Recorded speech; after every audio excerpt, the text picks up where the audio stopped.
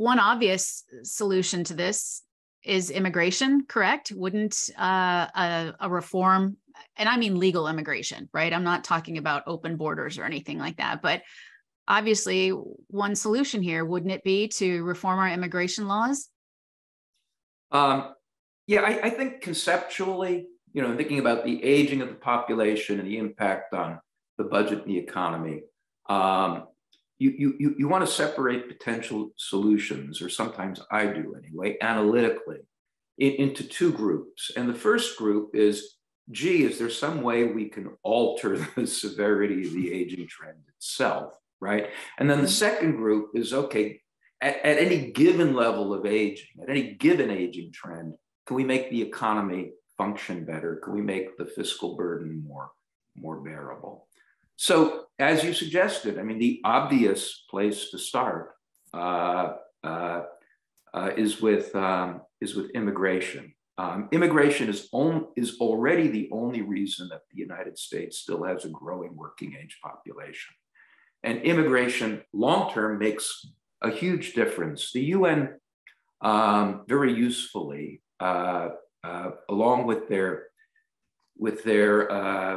standard projection, publishes a zero net migration projection.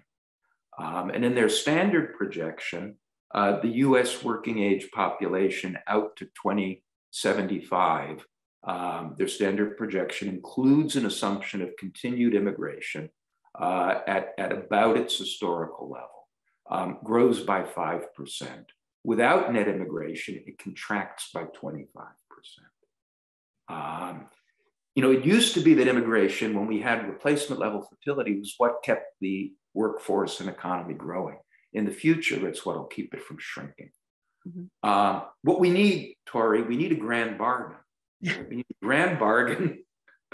You have to deal with people on the Hill. I don't, so I can. Well, can I put my political hat on for a moment and editorialize? I think one of the big shocking things with the Biden administration has been the way the Republicans have rolled over on entitlement reform. The whole stand up for seniors debacle during the president's address before Congress, State of the Union address last year, just shocked the heck out of me, because when you look at policies to preserve Social Security, I mean, let's face it, set of Social Security and Medicare, within the next 10 years, the trust funds are going to run out of money. Okay, so we got to do something. That forcing event is here. Democrats would love to do nothing up until that point, because the two solutions that you can turn on overnight: raise taxes on the wealthy, which is really popular, and enact immigration reform, which is kind of problematic for Republicans of both parts. They don't like to raise taxes, and they certainly have not been in favor of immigration reform. So the longer they delay and the more they buy into this, oh, well, we can't touch Social Security and Medicare, the more and more they're forcing domestic policy into a box canyon that they hate. And so I just don't understand why Republicans aren't being more outspoken about, hey, we've got this demographic problem. Hey, we've got this funding problem. Hey, let's do something about it now. It just, to me, it seems really, really, really short-sighted. Well, I mean, if I can wade into the politics of this, which is not what I do for a day job. Go ahead. It seems to me that the Republican Party's become much more populist. Right? I mean,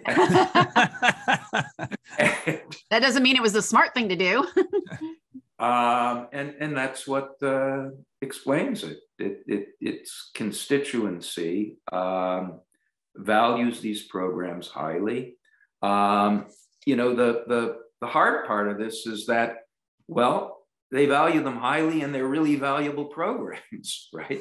But you have to change them in order for them to still be there. But the simplistic level to which political discourse has been reduced now, it's hard to get that message across to their base.